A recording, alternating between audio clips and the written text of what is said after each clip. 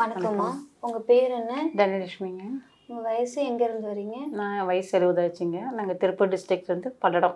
நீங்க என்ன மாதிரியான சிம்டம்ஸ் நீங்க உடம்புல பார்த்தீங்க? வலிக்கு தான் கேட்டாங்க. கொஞ்ச நாளாக வலியே இல்லை. வலி எந்த ஒரு ஸ்டார்டிங்ல இருந்து தான் எதுவும் எந்த இதுவுமே இல்லை. எந்த ஒரு சிம்டம்ஸும் இல்லை. வலி கிளி எதுவுமே இல்லை. திடீர்னு குளிக்கும்போது உடம்பு தேய்க்கும் போது அந்த கட்டி இருக்கிறது தட்டுப்பட்டுனுங்க. நம்ம மஞ்சளை பற்றி தேய்ச்சிக்கிறதுனால அதில் ஏன்னா எறும்பு கடிக்கிற மாதிரி இருக்குன்னு இப்படின்னு தொடும்போது அந்த கட்டி நல்லா ஒரு ரூபா காயினோட கொஞ்சம் பெருசாக இருந்த மாதிரி இருந்தது. அதுக்கப்புறம் தான் டாக்டர்கிட்ட போய் கன்சல்ட் பண்ணோம். அப்புறம் அவங்க இருந்துட்டு சந்தேகமாக இருக்குதுங்கம்மா, நீங்கள் வேணால் பயாப்சி பண்ணிக்கலாம் அப்படின்னாங்க. அப்புறம் அவங்க உள்ளூரில் சொன்னாங்க. நானும் இங்கே கோயம்புத்தூரில் குப்புசாமி நாடு இதுக்குன்னு ரொம்ப பேர் போனது, அங்கே போய் பார்த்துக்குறோன்ட்டோம். அப்புறம் அங்கே போய் பார்த்ததில் அவங்க சொன்னாங்க இந்த மாதிரி இருக்குதுமான்ட்டு எல்லா டெஸ்ட்டும் எடுக்கணுன்னாங்க. அப்படின்ட்டு எங்கள் தம்பிக்கு ஃபோன் பண்ணி சொன்னேன்.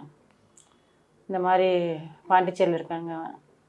அவன்கிட்ட சொன்னேன், இந்த மாதிரி சொல்கிறாங்கடா, என்னடா பண்ணுறது அப்படின்ட்டு. சரி இருக்கா அப்படின்னு சொல்லிட்டு அவன் இங்கே விசாரித்தானே என்ன என்ன பண்ணான்னு தெரியலைங்க. காலையில் எங்களுக்கு தகவல் அனுப்புனேன். இந்த மாதிரி புனர்ஜென்மம் வந்து நல்லா பார்க்குறாங்களாம்மா, எப்படியாப்பட்ட ஒரு இதையும் அதாவது கண்ட்ரோல் வச்சுக்கிற அளவுக்கு அவங்க நல்லா பார்த்து சரி பண்ணுறாங்களாம்மா, நீ வேணால் அங்கே பாருக்கா, ஆப்ரேஷனில் எதுவுமே கிடையாது, மெடிசன்ஸில் ரெடி பண்ணுறாங்கன்றாங்க, நீ வேணால் அங்கே போய் பாருங்க அப்படின்னா.